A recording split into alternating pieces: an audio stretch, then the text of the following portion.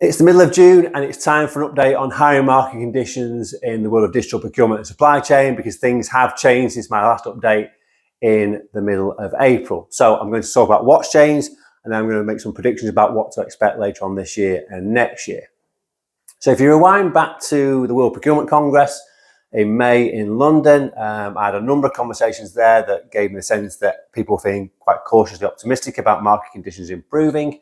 Particularly within the consultancies that I think are often a very useful barometer of the overall health of the marketplace. And that's continued. We've seen an increasing demand for our services since that conference about a month or so ago.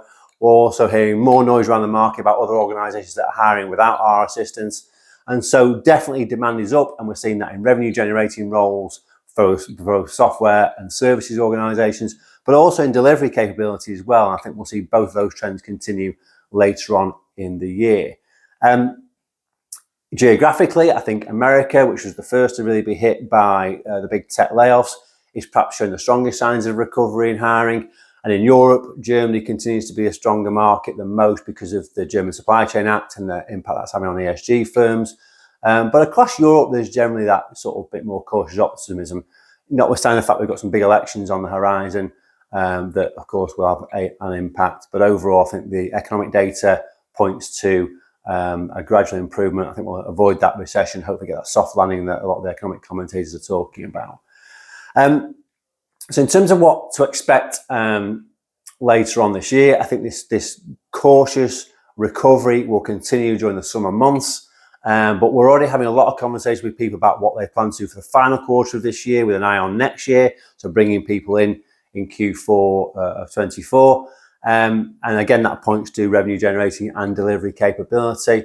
And so I think the strongest conditions of the year will be in the final quarter. And I think post the American election next year, we'll see the best market we've seen for a while, as hopefully the private equity and venture capital markets are freed up.